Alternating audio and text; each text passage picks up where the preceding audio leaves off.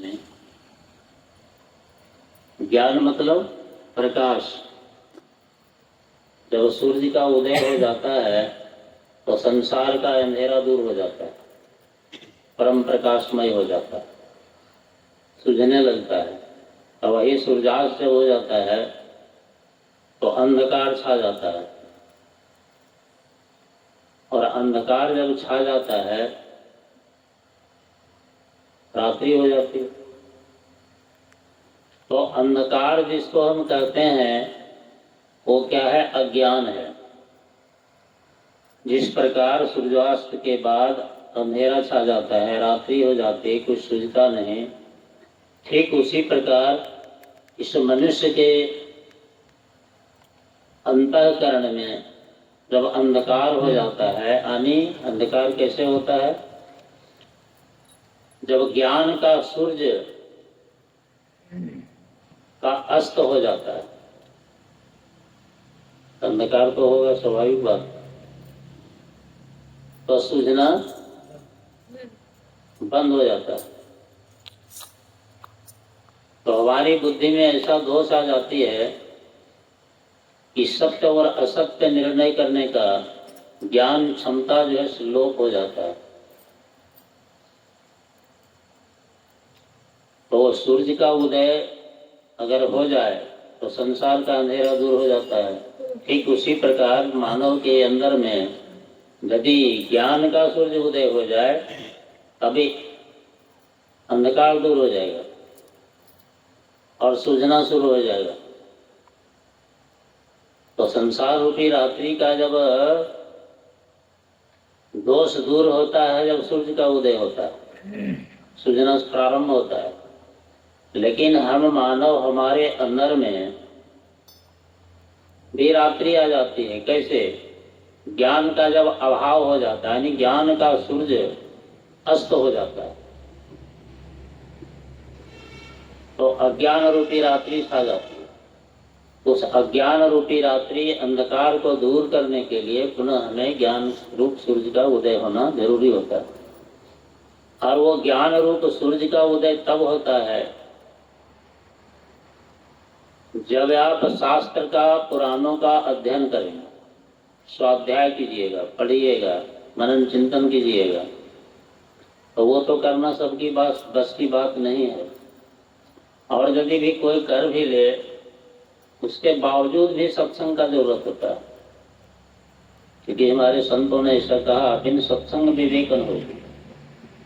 कितनों शास्त्र का चिंतन कर ले, मनन कर ले, अध्ययन कर ले, स्वाध्याय कर ले, पढ़ लिख ले, और ठाकर कर ले, कंठाकर कर ले, लेकिन जब तक सत्संग नहीं करेंगे तब तक आपकी बुद्धि में दोष रहेगा। सत्संग में सफाई हो जाती पूर्णतः। तो सत्संग क्या है?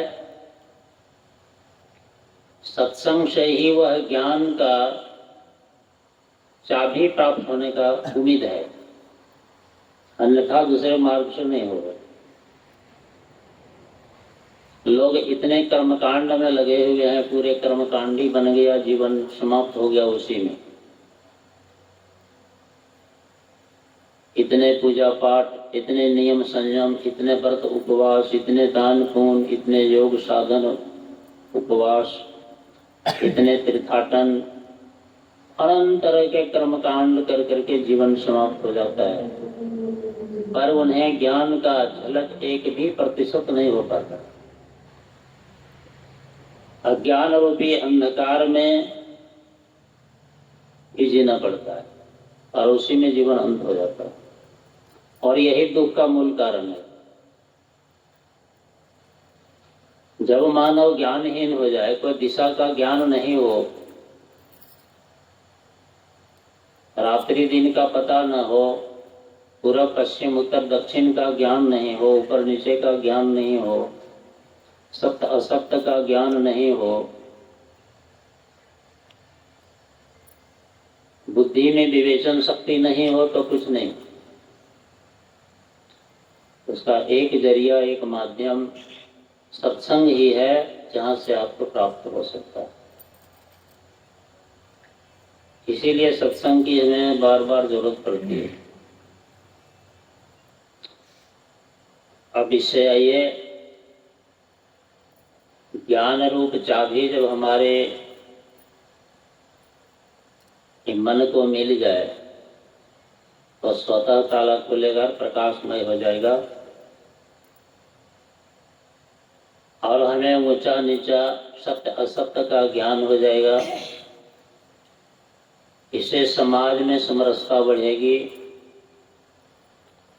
और इसी से जितने भी प्रकार के दुष्परिणाम है मनुष्य के अंदर, वो धीरे धीरे हटना शुरू हो जाएगा।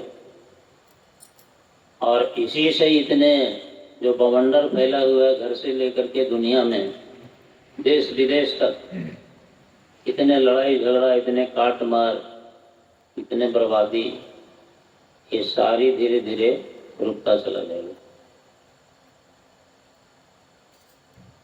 इसको रोकने के लिए न कोई पंच रोक सकता है, न कोई थाना पुलिस रोक सकेगा, न कोर्ट कचहरी से होगा।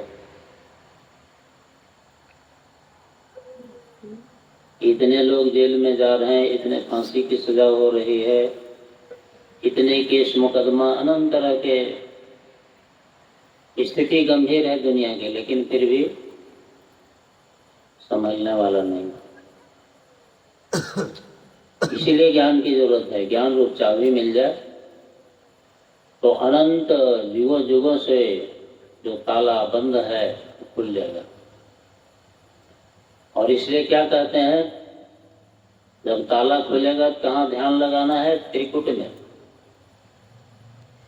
ये साधना करने वाले लोगों के लिए बात है। ये साधक लोग जो है वही जान सकते हैं त्रिकुटी में ध्यान कैसे लगाया जाए। जो लोग दीक्षित हैं और खास करके उन्हीं को ये पता होगा, जो संत मार्गी होगा, यानी जितने भी संस्था, बहुत संस्था है अभी संसार में, उसमें जो खास करके हिंदू संप्रदाय से आता है, वो लोग कोई इसके बारे में पूर्ण ज्ञान होगा। बहुत से मालाधारी लोग होगा, देखिएगा पूछ करके कि त्रिकुटी क्या होता है, कैसे ध्यान लगाया जाता है, क्या है ये भजन को गा करके बहुत साहिब को बता दे, भगवान जाने मुश्किल है। क्योंकि उसमें भी बहुत तरह की बात है। जो माला लिया उनको भी पता नहीं है कि हमारे गुरु ने हमको कौन माला दिया, कौन मंत्र दिया। हमने ऐसा देखे हैं, सुने भी हैं, और वैसे मालाधारी के मुंह से सुने जो अयोध्या में कुछ दिन रह चुका था, उनको पता था। उसमें भी एक होता है दास भाव। दास भाव समझते हैं? दास जिसको हम नौकर कहते हैं, किंकर, चाकर। भोला चाकर राखूं हो, भोला चाकर राखूं हो, भजन सुने कभी? भोला चाकर राखूं हो, बम्बई धनाथ गौरी वर शंकर चाकर राखूं हो। चाकरी में हम बाग लगायब, फुलवा लोढ़ लोढ़ लायब, और वही फुलवा के हार बनायब, पार्वती गले पहनायब, भोला चाकर राखूं हो। कहाँ गया ढोलक मास्टर? ढोलक लगाओ। तो चाकर माने नौकर, दास। तो उसमें एक दास भाव का मंत्र होता है, वो अलग है, वो सबके लिए नहीं है। जो प्योर बाल ब्रह्मचारी है या संन्यास आश्रम जो ले लिया है, संन्यास में जो चला गया है, उनके लिए है। और जितने लोग गृहस्थ आश्रम में हैं उनके लिए वो मंत्र नहीं है। इस गृहस्थ आश्रम में रहने वाले का जो मंत्र है देते हैं गुरु, उनको सखा भाव वाला मंत्र देते हैं। सखा मतलब होता है मित्र। तो ये दोनों में अंतर है। तो ये दोनों बात जो है तो ये 99% लोगों को पता नहीं है, मालाधारी लोगों को। चल रहा अंधेरी रात में तीर चला रहा है, लग जाए तो ठीक, नहीं लगे तो ये हाल है दुनिया की।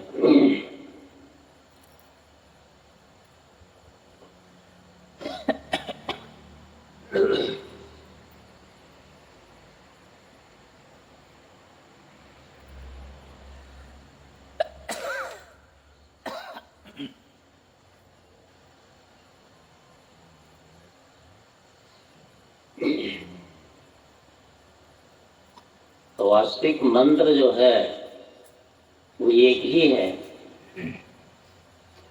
अब उनको अनेक भागों में विभक्त करके अनेक संस्था चलाया है लोग, अपना अपना अनेक तरह के क्या क्या उसमें कैसे कैसे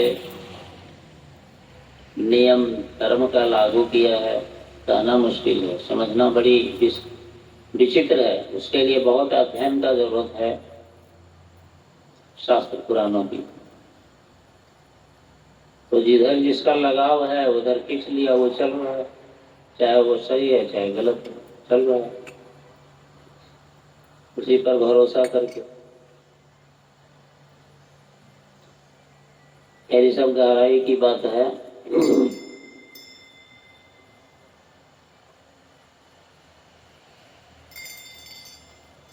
एक बात आती है,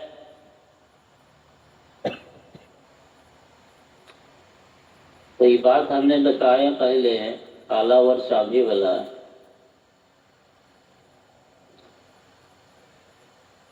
आप सभी को ये पता होगा, सुन चुके हैं कई बार, ये सांप और रस्सी की कहानी।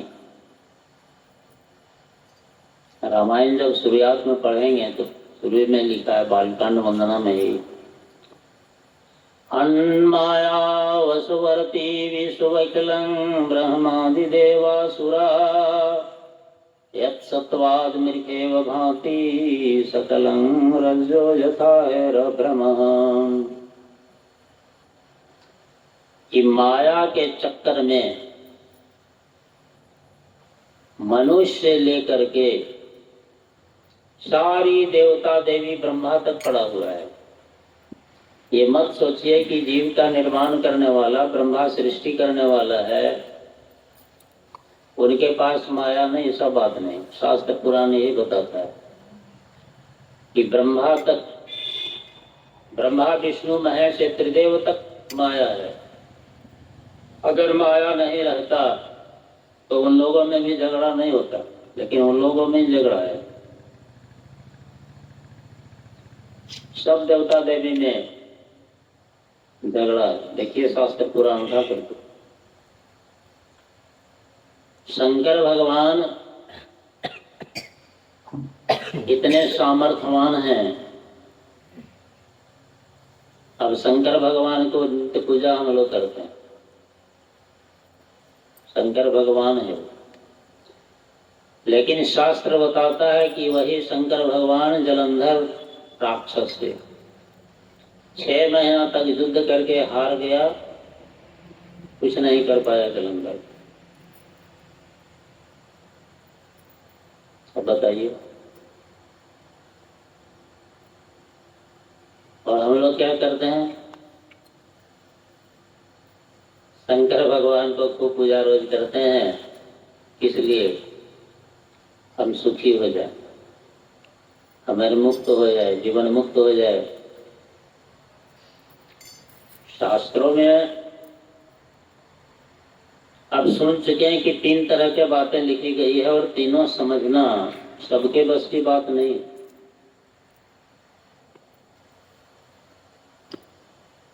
और इतना गलबलाया गया है लोगों को, इतना दिग्भ्रमित किया गया है शास्त्रों द्वारा कि आज उसका खामियाजा जो भुगत रहा है, न जाने कितना दिन भुगतना पड़ेगा।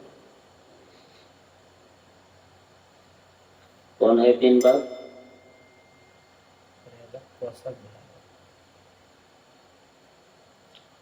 प्रेरक, पोषक, भयावह। तो तीनों दिमाग में हट जाएगा, कैसे हटेगा? शास्त्र पुराण को तो पढ़ नहीं पाइएगा, बहुत मुश्किल। सत्संग में वैसे संत, वैसे महात्मा, वैसे पंडित को मिले तो बड़ी मुश्किल से प्राप्त होगा। ये सब सुनने को मिलेगा कहीं नहीं। यही मिलेगा, यहाँ पूजा करो, ये व्रत रखो, यहाँ दान इतना दे दो, वहां तीर्थ कर लो, ये उपवास कर लो, एक ग्रह लग गया है, शनि ग्रह लग गया है तो मंगल ग्रह लग गया है, किसका काटकुट करना होगा, किसका 19,000 जाप करना होगा, क्या क्या बताएगा पंडित लोग, कहना मुश्किल है। और ये उलझन दलदल में लोग फंसे रह करके जीवन समाप्त हो जाता है। वास्तविकता, सच्चाई चीज प्राप्त नहीं हो पाएगा। आप क्या सत्संग में आते हैं किस लिए? वास्तविक सच्चाई को जानने के लिए। लेकिन पंडित लोग यही बताए, तंत्र मंत्र जंत्र क्या क्या बताएगा, उसी उलझन में पड़े रहो और जीवन समाप्त हो जाएगा। आपने कई अगले सत्संग में सुने हैं, झूठ ही सत्य जाहि बिन जाने, अर्जिमी भुजंग बिन रजु पहचाने। देखो वीडियो भी अपलोड किया हुआ है आपके पास में, 1 घंटा का वीडियो है। वही कहते हैं, अन्माया वसवरति विस्मखिलं ब्रह्मादि देवासुरा यत् सत्वाद मृगेव भांति सकलं रजो यथा हेर ब्रह्म।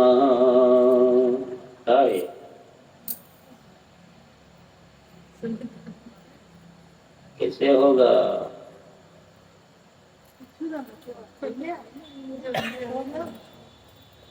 अब ये हाल है, आगे क्या होगा? हानि ये श्लोक बताता है कि मनुष्य से लेकर के ब्रह्मा तक माया के चक्कर में पड़ा हुआ है। अन्नवर्तीयन मायावशवर्ती विस्मकलं ब्रह्मादि देवासुरा। ब्रह्मा आदि देवासुरा जितने भी देवता हैं, ब्रह्मा विष्णु महेश तक, मनुष्य से लेकर के सब इस माया के चक्कर में है, मुक्त नहीं है। अब मुक्त नहीं है तो कैसे होगा? मुक्त होने के लिए ही सत्संग की जरूरत है। आपको लगेगा कि जब ब्रह्मा विष्णु महेश तक मुक्त नहीं है तो हम साधारण मनुष्य कैसे इससे मुक्त हो सकते? और यही सोचते रहो, यही गंदगी भरा रहेगा जीवन में, जीवन अंत हो जाएगा। आप देखिए, बोल भगवान ने इस तरह से लीला किए हैं तो हम लोग क्यों न करें? ये क्या है? ऐसा गंदगी भरा हुआ है, दिमाग में डाला गया है, कैसे होगा? इसीलिए 3 तरह की बातें जो लिखी गई है, इस पर विचार करना होगा, समझना होगा इसको कि कौन है 3 तरह की बात। कहीं तो आपको डर दिखा करके ऐसा ऐसा डरावनी बातें लिखी गई है जो नहीं भी चाहते तो यो करना होगा। कहीं कहीं ऐसा समझाया गया है, ऐसा प्रलोभन दिया गया है कि उस प्रलोभन में जाकर के जैसे मछली चारा के लालच में फंस करके अपना जान दे देती है, उस तरह से फंस करके लोग क्या होता है, जीवन बर्बाद कर लेता है। लेकिन ये आत्मा के पोषणदायक चीज बहुत कम लोगों के पास है, जो आत्मा को पोषण करे, प्योर सत्संग जब मिलेगा एकदम महान संत का, तभी प्राप्त हो पाएगा। इसलिए कहते हैं, गोस्वामी जी लिखते हैं, झूठ है ये सत्य, झूठ और सत्य जाहि बिन जाने। जब तक झूठे और सच्चे का निर्णय नहीं हो पाएगा, आप नहीं जान पाएंगे कि सत्य क्या है और झूठा क्या है। तब क्या होगा? जिमी भुजंग बिनु रज पहचाने। वही सांप या रस्सी के चक्कर में पड़ करके जिंदगी बर्बाद हो जाएगी।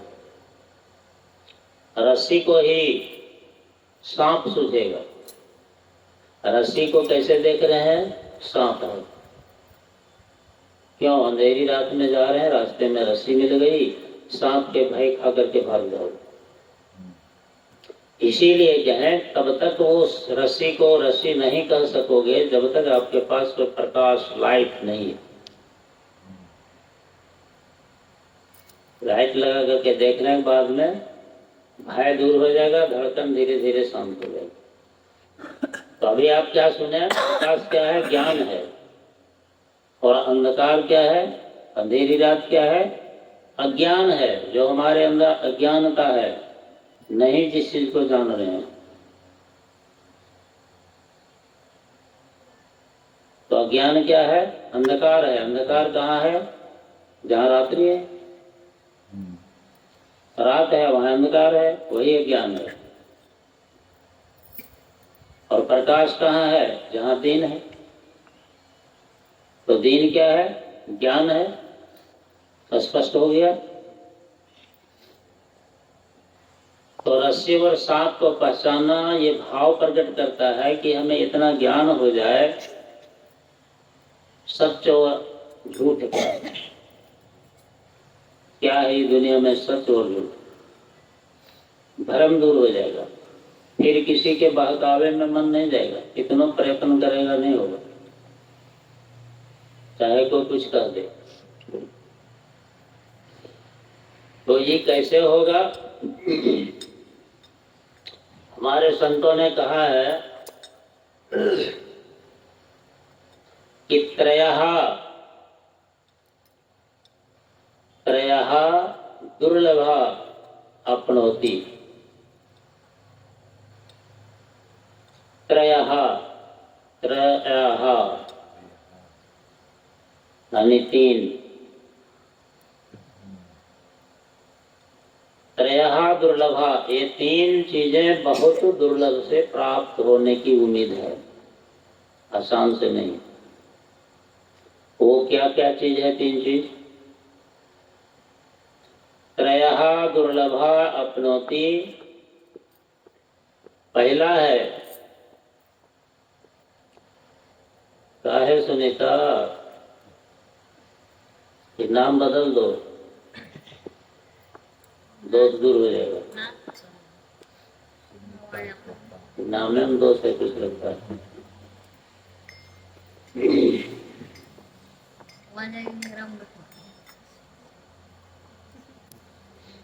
हम पढ़ रहे थे दूसरा क्लास में, दूसरा या पहले दूसरा क्लास में, बालकारी लोअर प्राइमरी स्कूल में।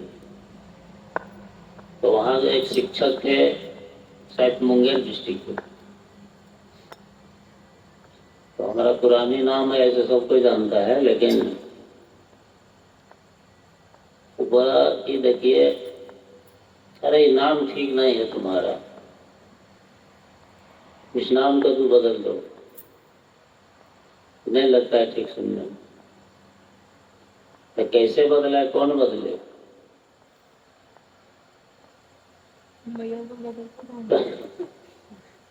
तो वही बदल के रख दिए नाम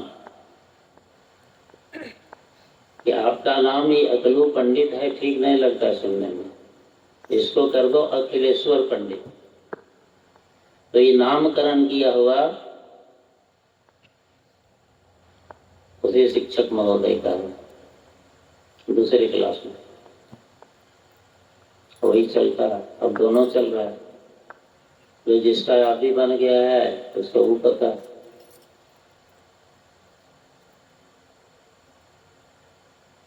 आज भी जहां जहां नाम में लग रहा है कि गलत रखा गया है, उसको सुधार रहा है मोदी जी, है ना। तो नामकरण भी कम से कम अपने माता पिता को सूझबूझ के हिसाब से रखना चाहिए, सुनने में भी सुंदर हो। अब नामे क्या होगा, योका बोका पका क्या क्या अंटी फंटी की रखी।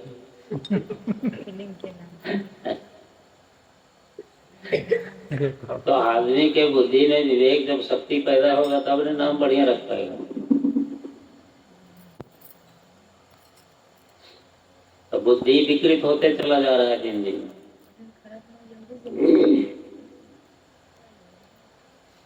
देखिए लोग कितना पढ़ लिख के विद्वान बन जाए हो जाए कि बुद्धि में जो दोष है नहीं जाएगा। उस बुद्धि की दोष को निवृत्ति करने के लिए शास्त्र का ज्ञान जरूरी है और उसके बाद उसको सफाई करने के लिए सत्संग की जरूरी है। क्योंकि हमारे संतों ने लिखा, बिन सत्संग विवेक अनुभवी, बिना सत्संग का विवेक नहीं हो पाएगी आपकी बुद्धि में। यहाँ दो प्रकार की विद्या बताई गई है। लोग कहते हैं पढ़ लिख करके विद्वान हो गया। एक परा विद्या है, एक अपरा विद्या है। तो पढ़ने लिखने के बाद में स्कूल की पढ़ाई में आपको परा विद्या का ज्ञान नहीं हो पाएगा, चाहे आप कितनों डिग्री प्राप्त कर लें। पढ़ाई में से जितनी डिग्रियां हैं सब प्राप्त कर लें, नहीं प्राप्त होगा, वो लाइन अलग है। वो परा विद्या को जानने के लिए सत्संग की जरूरत है और ऐसे महान संतों के शरणागत में जाना होगा, उनके सानिध्य में सीखना होगा, समय बिताना होगा, तब प्राप्त होगा। प्राचीन काल में शास्त्रों को देखिएगा तो बड़े बड़े ऋषि मुनि लोग हैं। जैसा राजा दशरथ के कुल गुरु थे वशिष्ठ जी महाराज, पारंगत तो थे, वो ज्योतिष विद्या में पारंगत थे, पढ़ा लिखा। उस तरह से बड़े बड़े उस समय में भी विद्वान हुए ऋषि मुनि लोग। लेकिन आप ये भी सुने होंगे, जैसे भगवान राम के गुरु कौन थे? विश्वामित्र। और एकदम याग बबूला, इतना क्रोध मत पूछिए। तो बड़े बड़े ऋषि मुनि भी लोग भी बड़े बड़े क्रोधित थे। तो बहुत लोग ऐसे थे जो उन्हें पराविद्या का ज्ञान नहीं था, अपरा का ज्ञान। पराविद्या का ज्ञान तभी होगा जब सदगुरु को कर ले, उसके बिना नहीं संभव है। और केवल सदगुरु कर लेने से नहीं, उसके अनुकूल चलना होगा धीरे धीरे, तब होगा ना।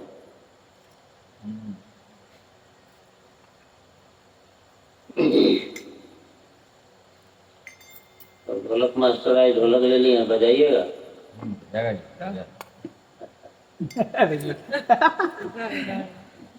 ढोलक मास्टर बन जाओ। तो हम कह रहे थे त्रयः दुर्लभा अपनोति, तीन चीजें दुर्लभ से प्राप्त होती है, बहुत दुर्लभ है, सुलभ नहीं है। वो क्या चीज है? मनुष्यतम, पहला नंबर में मनुष्यतम, मनुष्य जीवन को प्राप्त करना, कि मनुष्य जीवन को मिल जाना, मनुष्य जन्म मिल जाना, ये बहुत दुर्लभ है। अब देखिए रामायण खोल करके, उत्तरकांड में, यहाँ बड़े भाग मानुष तन पावा, बड़े भाग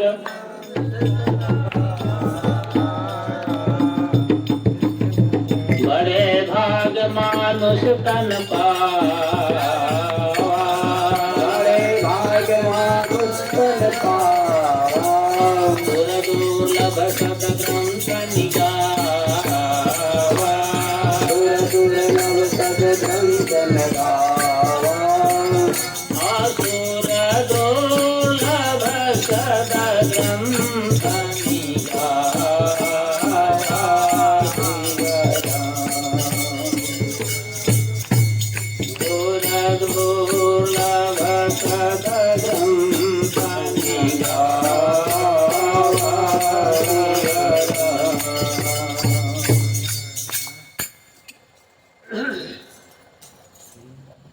कौन कह रहे हैं ये बात? स्वयं भगवान राम अपने मुखारबिंद से प्रजावासियों को कह रहे हैं, समझा रहे हैं। बड़े भाग मानुष तन पावा, बहुत भाग्य से, बहुत जन्म जन्मांतर की पुण्य का कमाई जब मनुष्य को जमा होता है, तब मनुष्य तन कहीं विरले प्राप्त होता है। बहुत पुण्य का उदय होता है तब। सुर दुर्लभ सदग्रंथ है गावा, सारी सदग्रंथ वेद पुराण उपनिषद गीता रामायण जितने भी है वेद तक, सबका कहना यही है कि बड़े भाग मानुष तन पावा। सुर दुर्लभ, ये मनुष्य तन पाना देवताओं को भी दुर्लभ है। वो लोग भी कहते हैं कि हे प्रभु, मुझे एक बार मनुष्य तन में भेज देते, मृतलोक में जन्म दे देते तो बड़ा उपकार होता। देवता लोग भी लालायित हैं, भगवान से प्रार्थना अर्चना विनती करते रहते हैं कि हमें एक बार मनुष्य योनि में भेज दीजिए। क्यों? हम लोग कहते हैं देवता बन जाए तो अच्छा, शंकर भगवान बन जाए तो अच्छा नहीं होगा?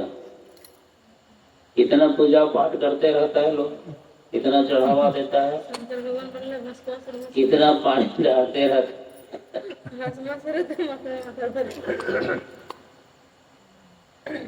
मन में होता है कि नहीं? हम मांगने के लिए, सुख को मांगने के लिए भगवान शंकर के पास पहुंचते हैं। और शंकर भगवान से क्या कहते हैं कि हमें मनुष्य योनि में दे देते तो बड़ा उपकार होता। ऐसा क्यों कहते हैं? बड़ी विचित्र बात है। सबको ये बात समझ ले तो दुनिया में दुख रहे क्या? तो समझना चाहता नहीं तो दुख कहाँ जाएगा? रहेगा कि नहीं? इतना इस बात नहीं समझ में आएगा। इसे और थोड़ा नीचे आइए, देखिए क्या लिखते हैं कि साधन धाम मोक्ष कर द्वारा,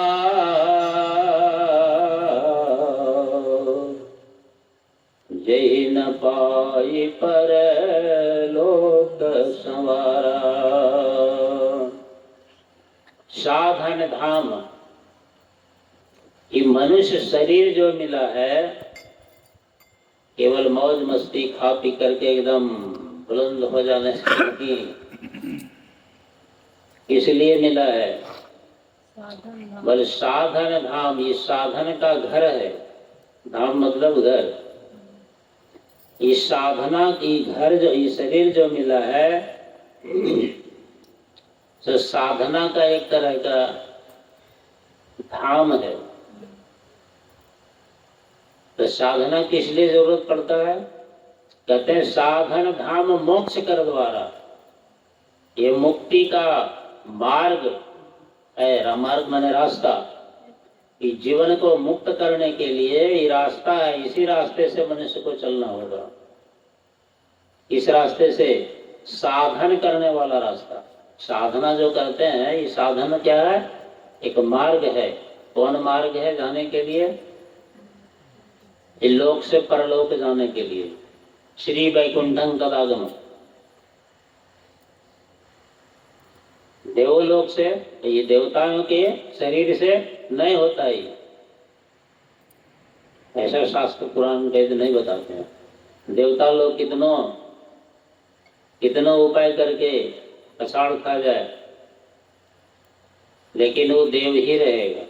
लेकिन मनुष्य देव बन सकता है, मनुष्य ईश्वर बन सकता है, जीवन मुक्त हो सकता है। तो साधन करने के लिए एक रास्ता है ही, शरीर इसीलिए मिला है। इसी शरीर रूपी रास्ते से साधना करके और लोक से परलोक गमन कर सकता है लोग, और इस सारी संसारिक विषयों से विमुक्त हो सकता है, सारी मानस रोगों से निवृत्ति पा सकता है, अनेक प्रकार की जंजालों से मुक्त हो सकता है।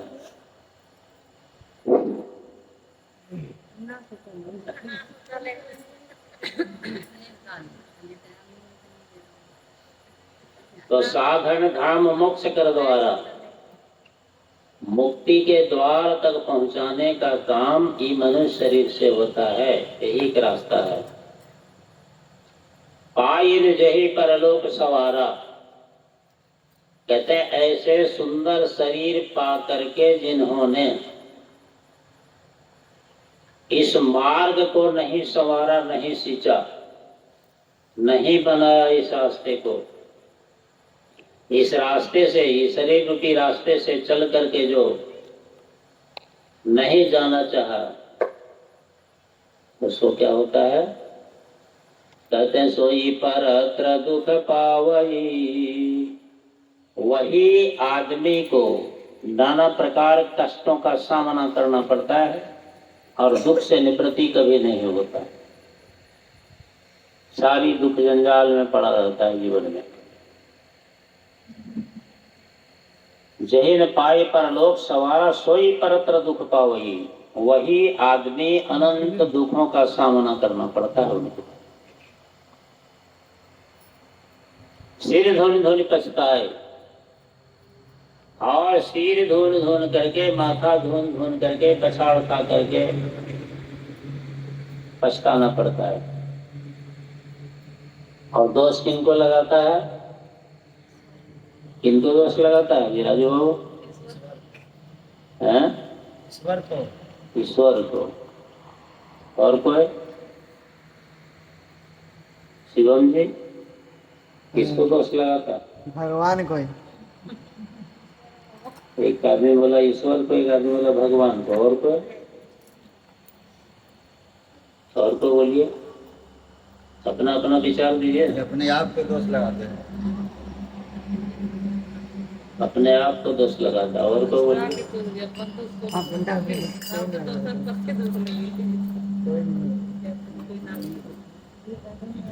कि किसी को दोष नहीं लगाता।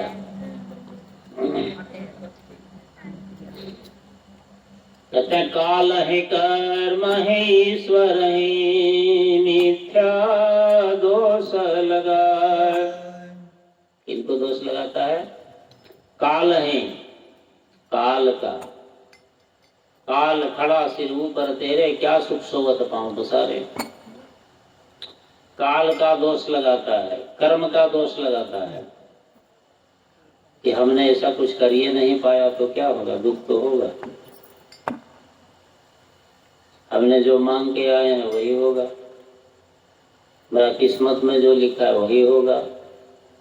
काल ही कर्म ही ईश्वर ही, ईश्वर को भी दोष लगाता है।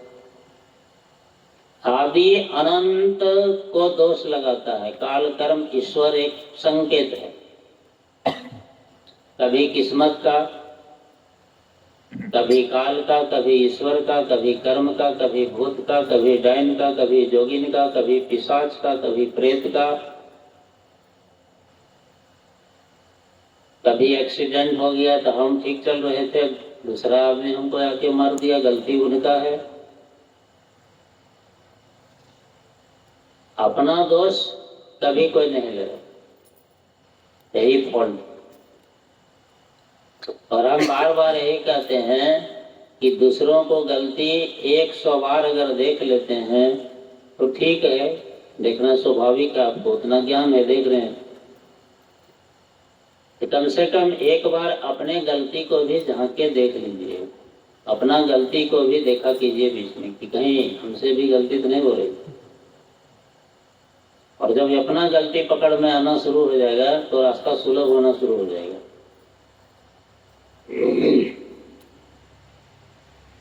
तो अपना गलती कैसे देखोगे? बुद्धि में विवेक शक्ति आई तब ना। आप पूजा पाठ कर्मकांड में लगे रहो, जीवन बीत जाएगा।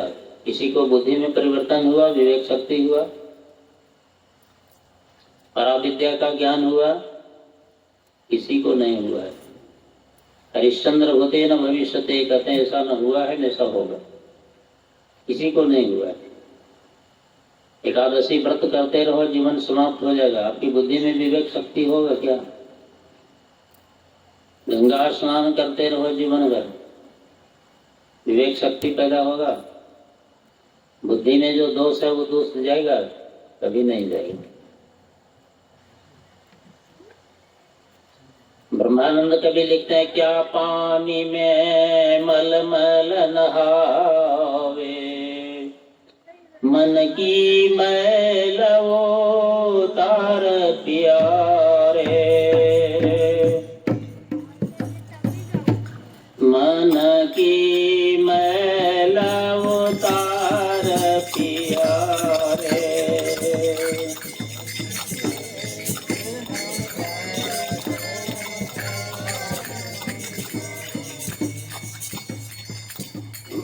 क्या पानी में मलमल नहावे, मन की मैल उतार प्यारे।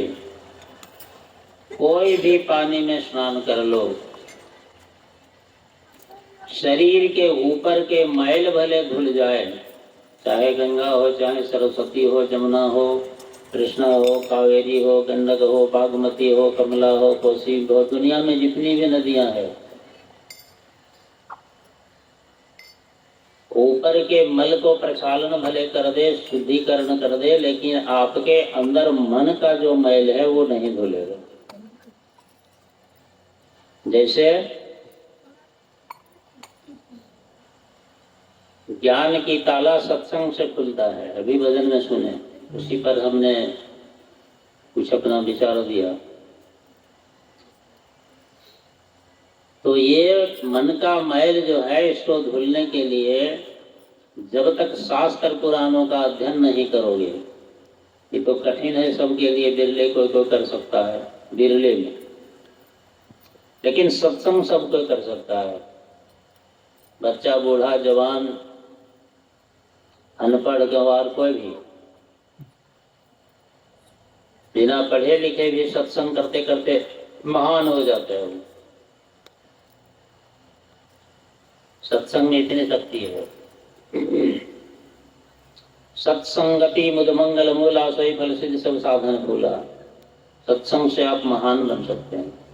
और जितने भी लोग ख्याति को प्राप्त किए हैं, सब सत्संग का कारण है। सत्संग की प्रभाव से सभी शिरोमणि कहात है, सब शिरोमणि कहात है। जितने जीते, जितने लोग हैं, उच्च कोटि के उपाधि प्राप्त किया है, जिनका संसार में नाम है और अमर रहेगा, ये धरती जब तक रहेगी, उनका नाम बिना सत्संग का किसी ने प्राप्त नहीं कर पाया। शास्त्र बताते हैं।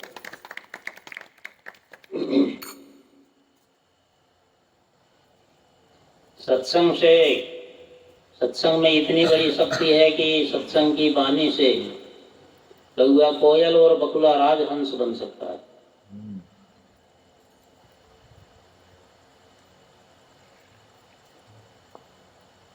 काक होय कि बकौ मराला, सुने आचर्य करे जन कोई, सत्संग की महिमा नहीं कोई।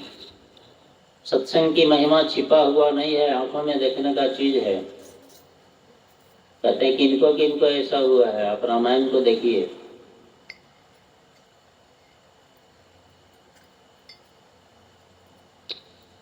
कितने कितने सिद्ध महापुरुष हो गए।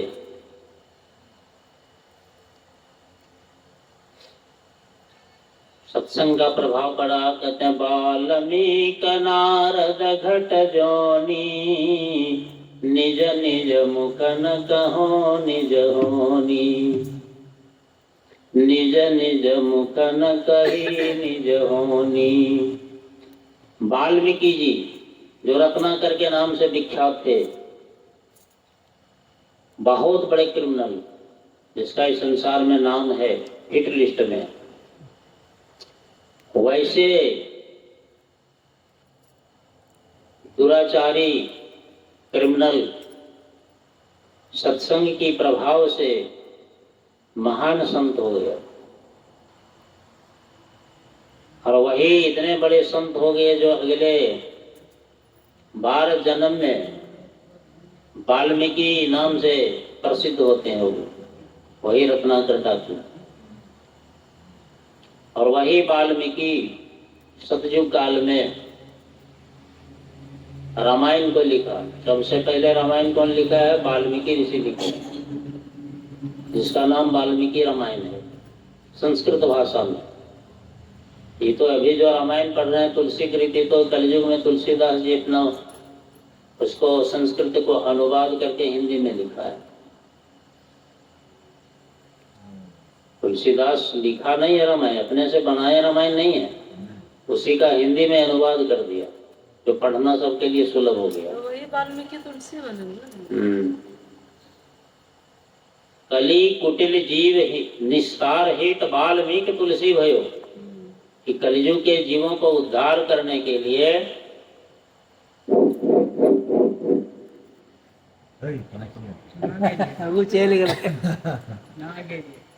कली कुटिल जीव निस्तार हित वाल्मीकि तुलसी भयो। वही वाल्मीकि तुलसी हुआ है कलयुग में आकर के, और उस संस्कृत भाषा के लिखा हुआ रामायण को हिंदी में अनुवाद किया।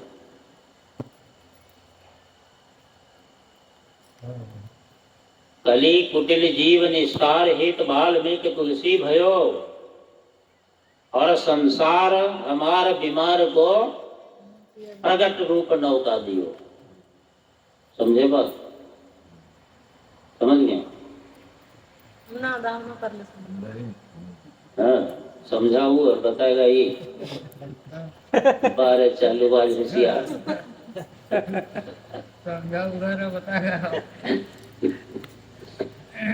बार बार हम संकेत करते हैं, जब तक जीवन में जिसको अपना गलती नहीं सूझ पाएगा, नहीं पकड़ पाएगा, तब तक उसके जीवन में अंधकार ही अंधकार रहेगा, अमावस्या वाली अंधेरी रात रहेगा, कुछ नहीं सूझेगा और उसी में उलझ पलझ के मरेगा वो।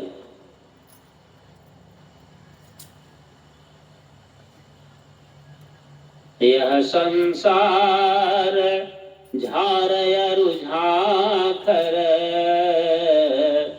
उलझी पलझी मरी गई है।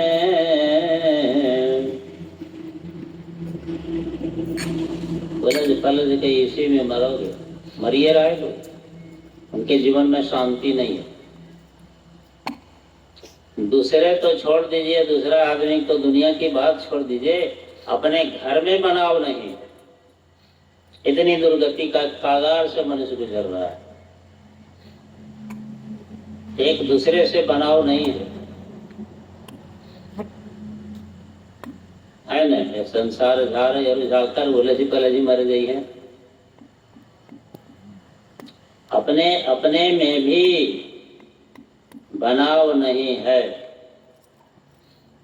कैसे स्थिति, विकट स्थिति से गुजर रही है दुनिया। क्यों? ज्ञान के अभाव में माया हावी है। माया क्या है? अज्ञान है।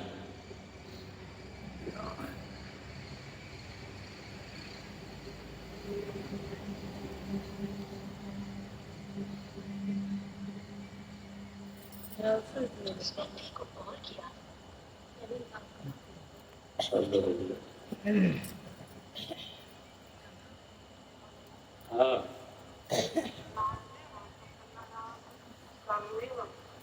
है? कटलना बस कटलना है। अच्छा ठीक। राम जी, हाँ ठीक है, ठीक।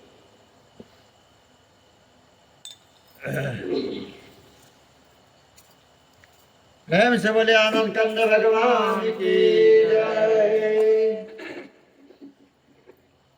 तो क्या कह रहे थे? त्रयः दुर्लभा अपनोति। त्रयः, तीन चीजें मनुष्य जीवन में बहुत कठिनाई से प्राप्त होता है, आसान नहीं। पहला है मनुष्य जीवन को मिल जाना। तो मनुष्य जीवन उसी को मिलता है जो अनेक जन्म जन्मांतर की कमाई जो है, पुण्य का प्रभाव जब संचित होता है, पुण्य का जब ढेर बनता है। पुण्य पुंज बिन निदहीन संता, अबभा मोहि भरोसा हनुमंता। और पूर्व का पुण्य संचित नहीं जब होता है, तब तक संत का मिलन भी नहीं होता है, सच्चा संत का।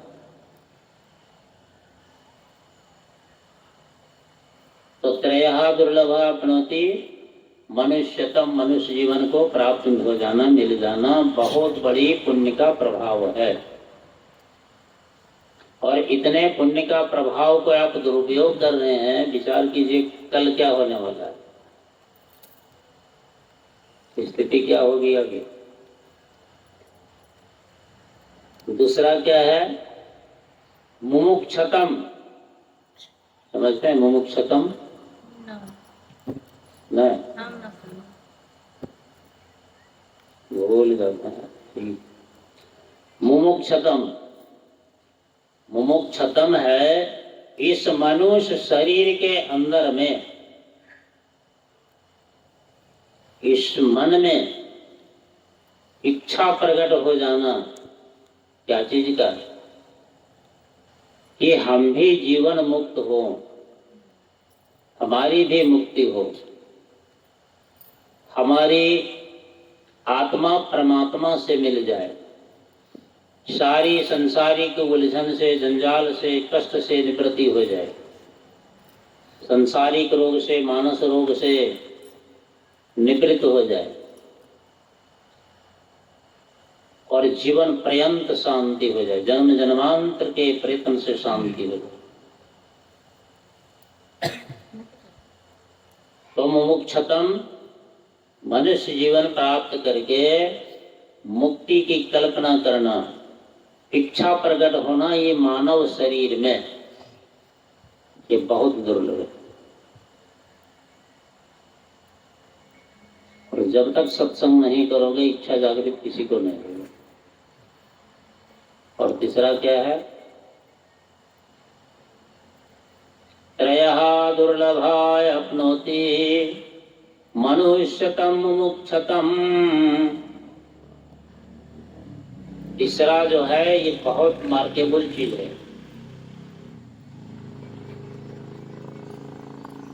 मुक्ति की इच्छा को प्रकट कराने वाले हमारे मन में, पुण्य का उपार्जन करने वाले की क्षमता जागृत करने के लिए, ये दोनों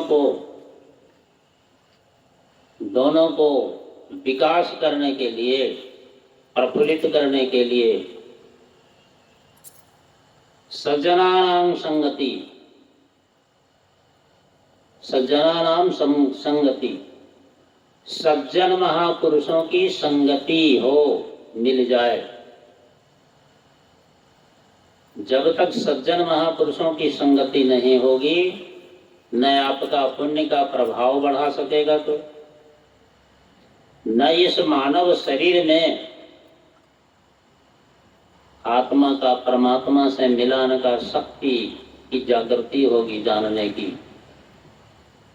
मुक्त जीवन मुक्त की अभिलाषा होगा, ऐसा संभव नहीं। ये दोनों चीजें को प्रफुल्लित करने के लिए, बढ़ावा देने के लिए, जागृत करने के लिए, जनाने के लिए, शक्ति प्रदान करने के लिए, और यही बात क्या है? ये कौन बात है? तीन में कौन आता है? तो तीन तरह की बातें लिखी गई है, ये कौन है? अंदाज लगाइए।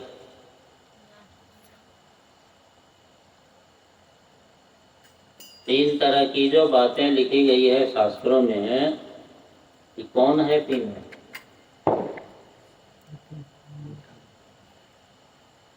पूछो तो आप लोग कहिए जी, सब हम ही कहेंगे कि हमें से कवा लीजिएगा सबके।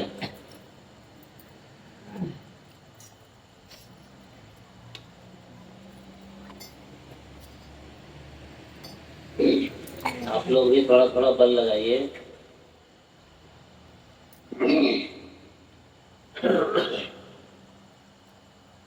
प्रेरक, पोषक और भयावह, ये तीन में से पोषक प्रदान करने वाला है, पोषण प्रदान करने वाला। ये हमारे अंदर जो जीवात्मा है, जिस जीवात्मा के चलते हम संसार में जीवित हैं, अनेक प्रकार की लीलाएं कर रहे हैं, तो इस आत्मा का पोषण करने वाला, शक्ति प्रदान करने वाला, इस आत्मा को प्रफुल्लित करके परमात्मा के पथ में अग्रसर करने वाला कौन है? पोषक। तो ये बात जो बोल रहे हैं अभी, ये कौन है? आत्मा को पोषण करने वाला, शक्ति प्रदान करने वाला। इसी को जानना जरूरी है, न कि प्रेरक और भयावह। कोई आपको भटकाने वाला है संसार में, तो भटकाने वाला कथा ज्यादा मिलेगा इस संसार में, और आत्मा को पोषण करने वाला बहुत कम मिलेगा। समझ गए? फिर पूछेंगे तो बता दीजिएगा।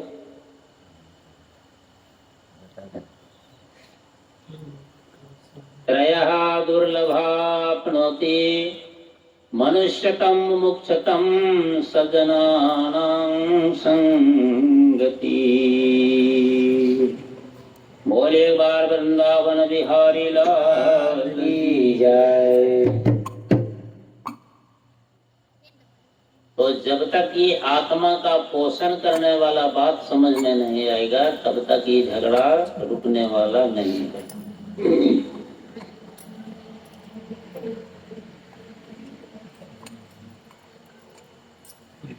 हमारे कबीर साहब ने एक बड़ी विचित्र बातें कही है, सुनने में बड़ा खराब लगेगा, लेकिन है तो कबीर की बानी उल्टा। समझ में आ गया तो सीधा, नहीं समझ में आया तो उल्टे रहेगा।